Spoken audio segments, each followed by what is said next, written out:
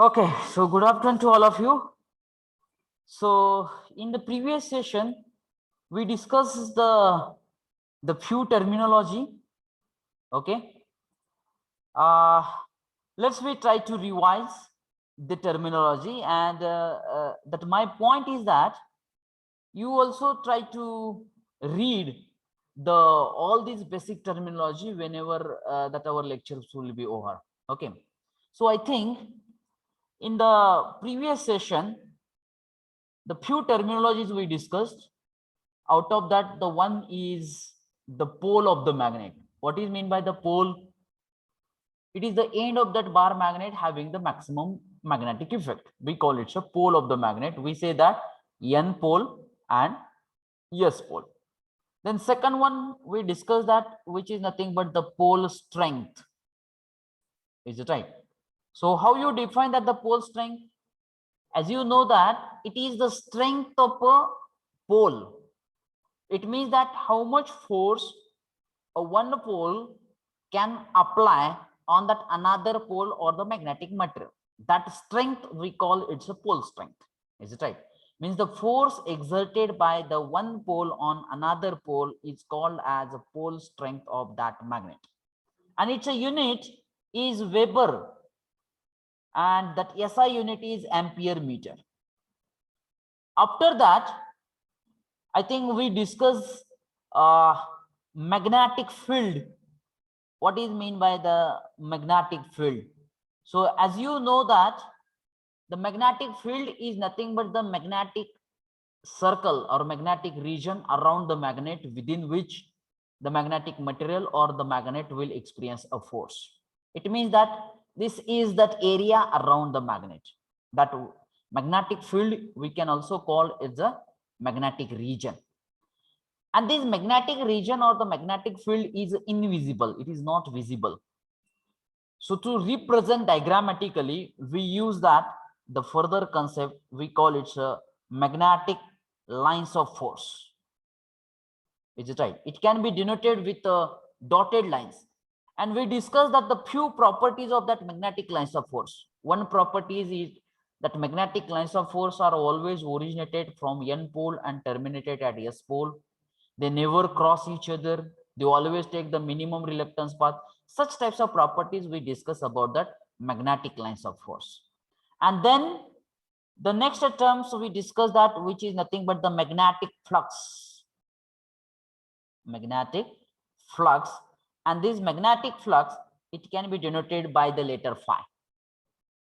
So the total number of magnetic lines of force is present in the magnetic region or in any particular region, that is called as a magnetic flux. And its a unit is also Weber. And it is observed that 1 Weber flux is equal to 10 raised to 8 lines of force. Is it right? Then after that, we discuss that next terminology, which is nothing but magnetic flux density. Magnetic flux density, it is represented with capital B. And what is that? This is nothing but the flux per unit area. And that area is at right angle to that magnetic lines of force. That's why we say that B is equal to phi upon A. So its a unit is Weber per meter square, because Weber is the unit of phi and meter square is the unit of area of square. And here we say that SI unit is what? Tesla. So we say that 1 Tesla, which is equal to 1 Weber per meter square. And as we have that formula, B is equal to phi upon A, where A we consider that it's an area of cross section which is perpendicular to the magnetic flux lines. And we can also write it down, the phi is equal to B into A. Is it right? This is that our formula. And then the last term we discuss, this magnetic flux density, it is also called as a flux induction or the magnetic induction also. Another one name of that flux density is there. And then the last term we discussed that, which is nothing but magnetic field strength. Magnetic field strength, and it is represented with H, and it has its that another one name is magnetic intensity. Magnetic intensity, is it right? And another one name is magnetic force. Magnetic force. So this magnetic field strength, it's a strength of the magnetic field. Is it right? It means that the force exerted by the pole placed near to that magnet, that is called as a magnetic field strength, and its unit is Newton per Weber, or SI unit is ampere per meter. So my total previous session I have just summarized in these 7 points. And I think I have given that the one instructions, whenever the lecture is over, you will also try to summarize the lecture in the few points. This is actually your study is there. And if you do like that, if you make that habit like that, definitely you will not get that any type of trace, any type of pressure whenever that exam will be there. Get it my point? So this part is a missing from the student side. It's my experience is that, because once you study, then you have to summarize that points. You have to create that the summary report, what we study or what we learn. We have to create that the summarized point, and these summarized points helps a lot to remember all the points, all the formulas, all the units. If you do like that, then definitely it is quite simple to understand the concept is there. But your habit is like that, whenever that exam is there, try to open that book, try to open that notes and just read that much part and try to remember. Definitely you can also experience these things. If you do like that, definitely during that exam our confusions is there. And if you do the study, if you make that habit like that to create that the summarized points in your own language, the languages doesn't matter, in your own language, definitely it will help a lot. And if you do in your own language, after that this part is not necessary to read it once again during that exam is that you can definitely remember this thing. This is my experience is that, because this is my habit. I always do the study and then I try to recall that concepts. How I do that? I will give that one small example. If in one day, if I try to read all these 7 points, then I just keep silence and I just try to read it. First point, it's a pole. Then what is the definition of pole? What is exactly meaning? What is its a formula? What is its a unit? I just try to recall it. This recalling process is very important. If you can't recall it, it means that your study is not proper. You have to study that concept once again. But if you recall each and everything correctly, then it simply indicates that your study is complete. Now, suppose I say that it's a magnetic flux. Flux means exactly what? It's a magnetic flux. It is denoted by phi. It is nothing but the magnetic field. It is related to the lines of force. So total number of lines of force in the magnetic region, that is called as a flux. Its a unit is Weber. Then 1 Weber, sir told that 1 Weber is equal to 10 raised to 8 lines of force. Such things you need to try to recall. Definitely the time is required, but if you make that habit, at the time of exam, not necessary to read that anything. You can directly sit for that exam and you can solve, you can write anything, whatever you read it, whatever you recall it. This is my experience is that. But I know that nowadays the student habit is like that. Whenever that exam is there, one day before of that exam, the students are always try to read a lot of things, and definitely during that exam confusion it starts. This is the point, is that if you try to study small bit every day and try to recall it, it will help a lot. This is my suggestion to you, is that. Now let me try to revise the things. Now today we are going to discuss that one more next concept, and that is nothing but the magnetic permeability. If you try to read it, then now this magnetic permeability is denoted by the letter mu. If you see this word permeability, actually this is the combination of two words. One is permission and second one is ability. Means exactly what? Magnetic permeability is nothing but the permission given to flow the flux.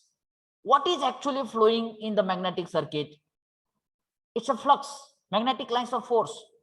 It is actually the movable part in the magnetic circuit, just like an electric current in that electric circuit is there.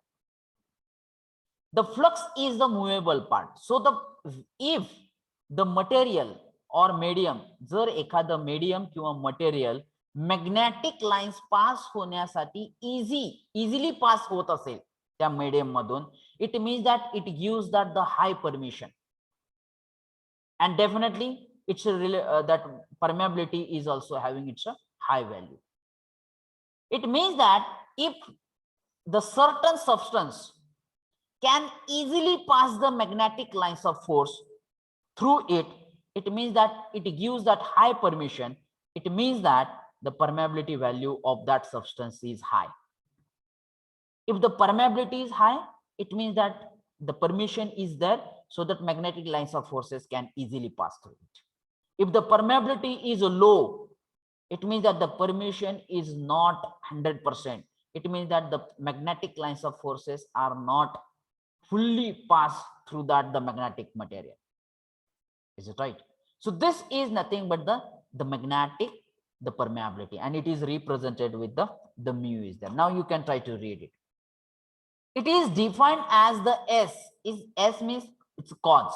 It is defined as the S with which the magnetic flux permits the medium. This is that actually cause. म्हणजे permeability म्हणजेच एक main कारण आहे की जेणेकरून magnetic flux त्या medium मधून किंवा मटेरियल मधून पास होतात. कारण परमेबिलिटीज नसेल म्हणजेच परमिशन जर नसेल तर फ्लक्स लाईन पास होणार नाही. म्हणून तर त्याला काय म्हणलेलं आहे, it's a cause. Permeability is the cause with which the magnetic flux permeates the medium. Another way, if I want to define it, you can define like that. It is defined as the ability of a material. त्या मटेरियलची ability आहे, त्या मटेरियलची property आहे to carry the flux lines. जर त्या मटेरियलनं permission दिली तर मॅग्नेटिक फ्लक्स लाईन्स ह्या पास होणार आहेत. जर त्या मटेरियलची परमिशन नसेल म्हणजे परमेबिलिटी नसेल तर फ्लक्स लाईन्स पास होणार नाही. It means that you can try to read it. If the material allows the flux lines to pass through it easily, if the material allows the flux lines to pass through it easily, the material is said to have high permeability. And if the material does not allow the flux lines to pass through it easily, the material is said to have the low permeability.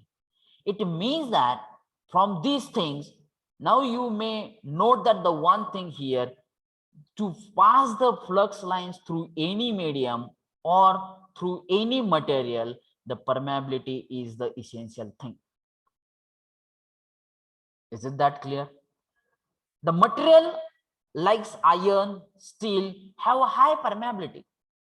It means that they can easily pass the magnetic lines through it. But whereas the material like wood, lakud, have low permeability. It means that the wood have the low permeability. It means that it will not give the permission to the magnetic flux path to pass through it. That's why its permeability is a low is there. I think so. Now your concepts about the permeability, it may clear. Is it right? And now we will try to see that the types of that permeability is there. But try to read it. In another words, the magnetic permeability of a material can also be said to be its magnetization capability. This helps to determine how much the magnetic flux can the material support, which will pass through it.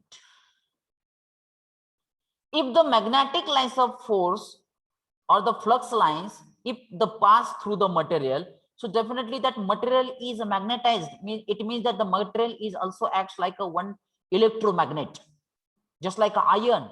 When the magnetic lines of forces, when they pass through that iron material, it will act like a one type of a magnet.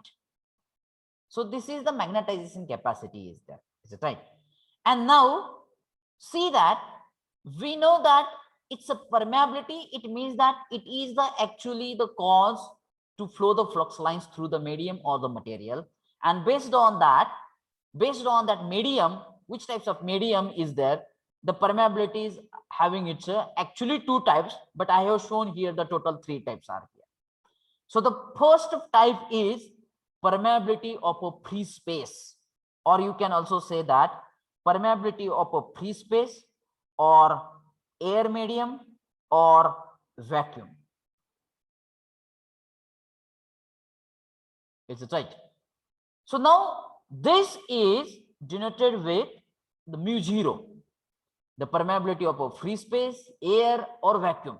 If the medium is free space or air medium or vacuum medium, then that permeability we call it a permeability of a free space. It is denoted with the mu0. Permeability of a medium other than air, vacuum and the free space, if that any medium is present, then the permeability of that medium we call it's a permeability of a medium, and it is denoted with a mu. It's a permeability. We can simply say that it's a permeability. And the last one is it's a relative permeability. This is denoted with mu to the base r. Now we will try to see that what is the definition of a permeability of a free space, air medium or vacuum. Actually, the permeability concept is related to the flux density B and the magnetic field strength H. Now see that what is the definition here. For the magnetic field in air or free space or vacuum medium, बघा पहिल्यांदा स्टार्टिंगच काय केलेलं आहे, for the magnetic field in air or free space और vacuum, जर magnetic field ही air मध्ये असेल किंवा फ्री स्पेस मध्ये असेल किंवा वॅक्यूम मीडियम मध्ये असेल, then the ratio of flux density B not, कारण ती एअर मीडियम मध्ये फ्री स्पेस मध्ये, to the magnetic field strength H produced by that flux density is called the permeability of a free space, mu0. It means that mathematically, if I want to write, I can write mu0 is equal to B naught into H. And actually this H is nothing but the magnetic field strength. Magnetic field strength. And this B is nothing but what? Flux density. Is it right? And this magnetic field strength will decides the value of a flux density. That's why here that sentence is written. It is the ratio of flux density B naught to the magnetic field strength H produced at that flux density is called as permeability of a free space. It's a mu0. So you can also write it down. B naught is equal to mu naught into H is there. But experimentally, the free space, air or vacuum medium is the same for all places. So that experimentally it is observed that the value of mu naught is always having its constant value. Experimentally it is proved that the mu0 is having its constant value, and that value is 4 pi into 10 raised to minus 7 Henry per meter. this is the unit of permeability, Henry per meter. As you know that the permeability of a free space, it means that when the medium is air or free space or vacuum, that time we say that the value of mu0 is always having its constant value, and that is nothing but 4 pi into 10 raised to minus 7. And please try to remember that it's a unit Henry per meter is there. Then the second type is the permeability of a medium. आता इथं मी medium म्हणतोय, मग medium ज्या वेळेस म्हणेल त्यावेळेस ते medium म्हणजे तुम्हाला कन्सिडर करायचंय अदर दॅन एअर, व्हॅक्यूम आणि फ्री स्पेस. कारण आपण पहिल्या टाइप मध्ये तर ते तीन ह्याच्यासाठी मीडियम साठी बघितलं, तर त्याच्यासाठी आपण काय म्हणतो की the permeability of a free space μ0 म्हणतो. परंतु ते तीन मीडियम सोडून म्हणजे कोणकोणते, व्हॅक्यूम असेल, फ्री स्पेस असेल आणि एअर असेल, ते सोडून राहिलेले जे काय मीडियम्स असणार आहेत त्याच्यासाठी असणारी जी काय परमेबिलिटी आहे त्याला आपण म्हणणार आहे परमेबिलिटी ऑफ अ मीडियम, और simply you can say that the permeability mu.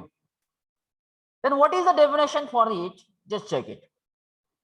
Definition is remain same. Only the medium is the changeable part is there, because we know that the permeability concept is related to the medium. So now you can read that for the magnetic field in a particular medium, I use that word specific, particular medium. For the magnetic field in a particular medium other than air, free space or vacuum, the ratio of flux density B to the magnetic field strength H produced by that flux density is called as the permeability of a medium. So mathematically, if I want to write, then I can write that the equation mu is equal to B upon H, where H is the magnetic field strength which will produce the flux density. It can be represented with the B here. Through this equation, you can also write it down. The B is equal to mu into H. And as I rightly mentioned here, the unit of the permeability is Henry per meter. Get it, my point? Then the third part of this permeability, we call it a relative permeability. And this relative permeability is represented with mu r. And this is the unitless quantity. Why that it's unitless quantity? Let's try to read the definition here. Then you will get the thing here. The ratio of a flux density produced in a medium. Baga, पहिला part baga. The ratio of flux density produced in a medium. ज्यावेळेस आपण medium म्हणणार आहे त्यावेळेस air medium नसेल, ते free space नसेल, vacuum नसेल, म्हणजे आपण ते कशाने रिप्रेझेंट करणार, B. The ratio of flux density produced in a medium to the, the next part baga, flux density produced in a air or vacuum, and it is represented with the B naught. Is it right? By the same magnetic field strength. And the magnetic field strength म्हणजे काय, H. H दोन्हीकडे same आहे, म्हणजे काय, जर medium असेल तरी H same असेल, आणि एअर मीडियम किंवा व्हॅक्यूम असेल तरी देखील एस सेम असेल. त्या आयडेंटिकल कंडिशन मध्ये the ratio of flux density B to the flux density in that air or free space medium is called as the relative permeability of that medium.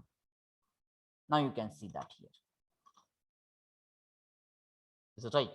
But as we know that by considering the previous two types, we can also write here, we can write it down, the B is equal to mu into H and B naught is equal to mu naught into H. This formula we get it from the previous thing here. Is it right?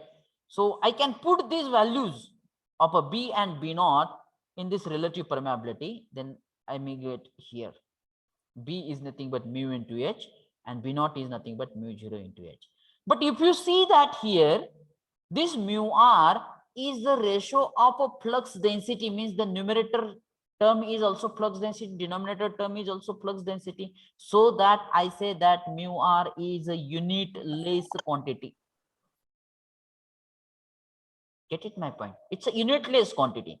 And here, as we know that h is a constant, so when it will be removed, then my next equation should be like this: mu r is equal to mu upon mu naught. So I can write mu is equal to mu 0 into mu r, and its a unit is Henry per meter. Get it my point?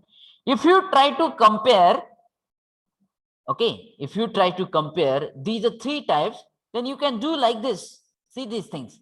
First thing is mu naught, permeability of a free space or air medium.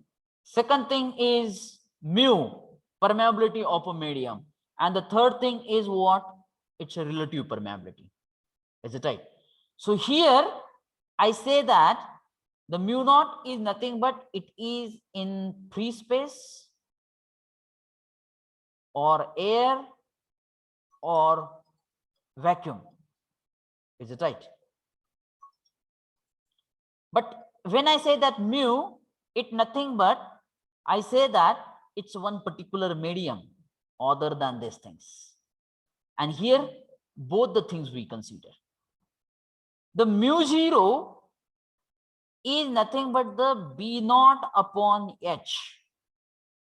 Mu is nothing but the B upon H. It's in a medium. And the mu R is nothing but the B upon B naught. So I can also write it down here. B naught is equal to mu 0 into H. B is equal to mu H. Is it right? But as we know that this mu 0 having its a constant value 4 pi into 10 raised to minus 7 Henry per meter. This is the unit of a mu naught is a Henry per meter. And the value of this mu is depends upon the medium. As medium will be changes, the value of mu is also changes. It means that the value of mu for iron is different, value of mu for cobalt is different, value of mu for silver is different. Everything, it will be different. It depends upon that medium. Is it right? And its a unit is also Henry per meter. But this mu r is the ratio of flux density, so that it is the unitless quantities there. So through these things, this is the summarized point is there. Get it my point? Okay. And now the next part of this topic, we call it electromagnetism. Now, what is that electromagnetism? Actually, if you see that this is the combination of two words. One is that electric and another one is the magnetism. It means that there was one experiment, that experiment given by the Oersted scientist. And what was that experiment? That experiment is like that: if the current is passing through a conductor, the magnetic field is generated along its length. म्हणजे जर एखादा conductor घेतला आणि त्यातून जर current pass केला, तर जोपर्यंत करंट प्रेझेंट आहे तोपर्यंत काय होतंय? The magnetic field is produces. Is it right? So now we will think upon 1 minute.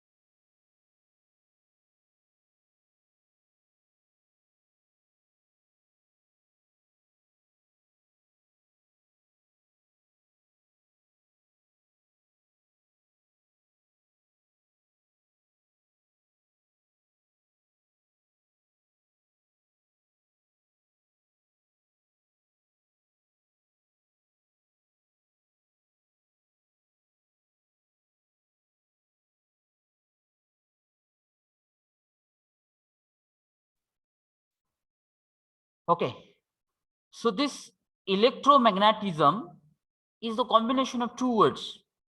One is that electric current and another one is the magnetism. That experiment. So what was that experiment? Just try to read it.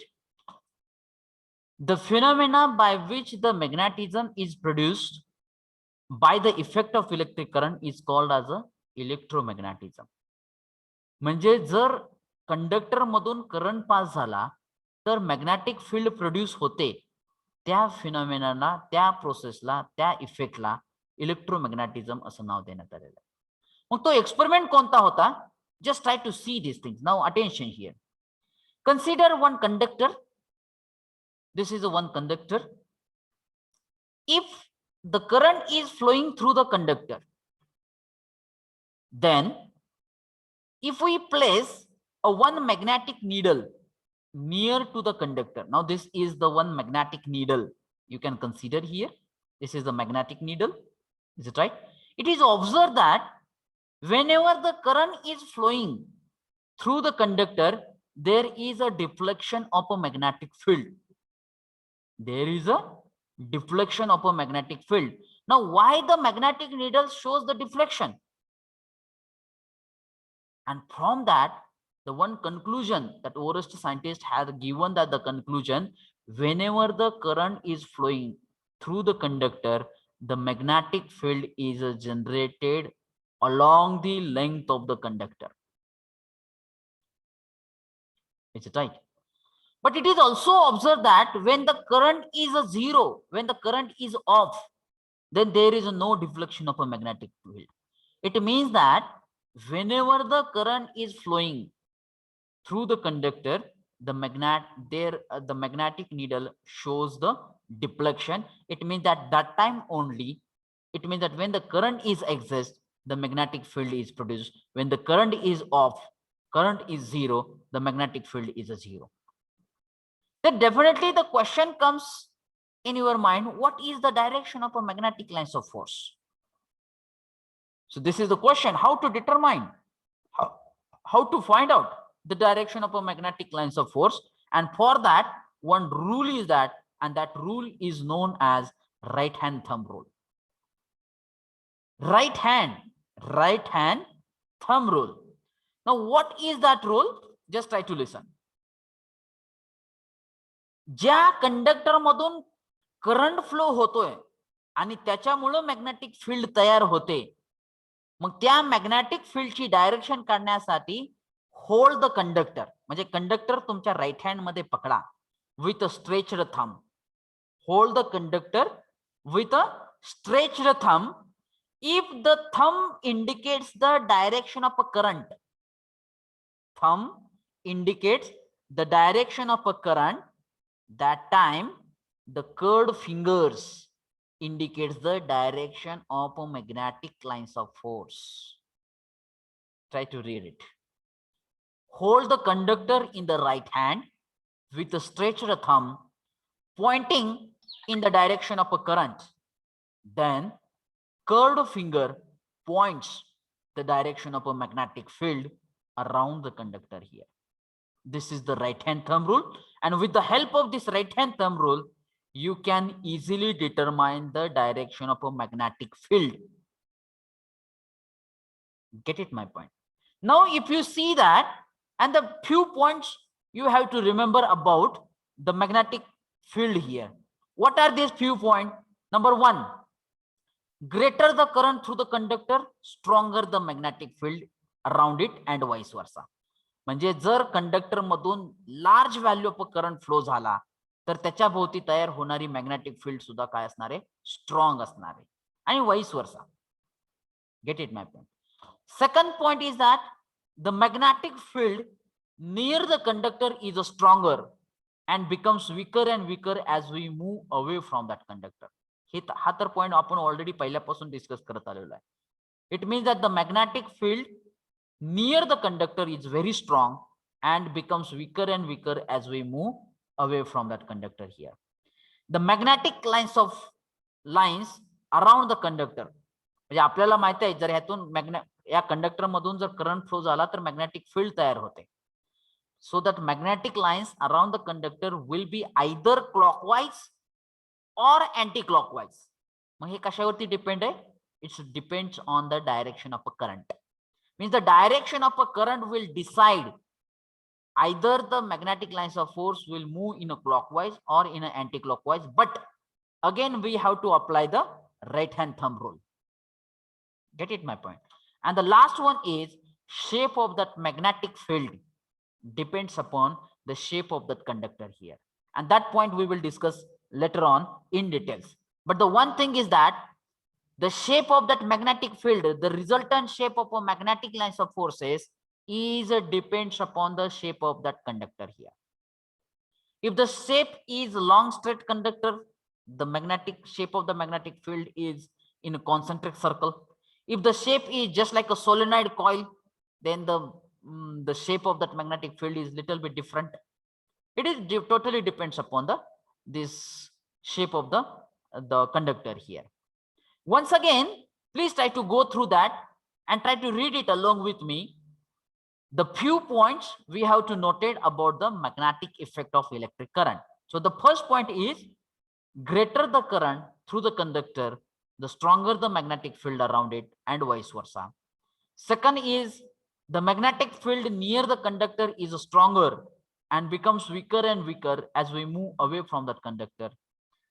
Third is the magnetic lines around the conductor will be either clockwise or anti-clockwise depending upon the direction of a current. The fourth is the shape of magnetic field depends upon the shape of the conductor is there. So these are the 4 points. And now we will try to discuss that the last point, that is nothing but the shape of that magnetic field depends upon the shape of that conductor here. Is it right?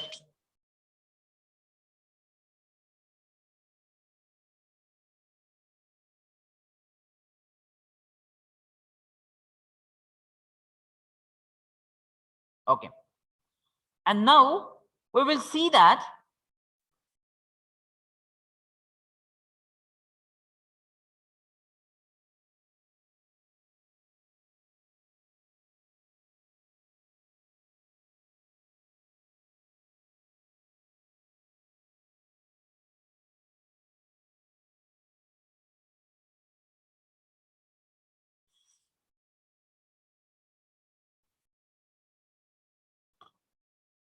the electromagnetic field shapes. Is it right? We will try to just check it. 1 minute, please.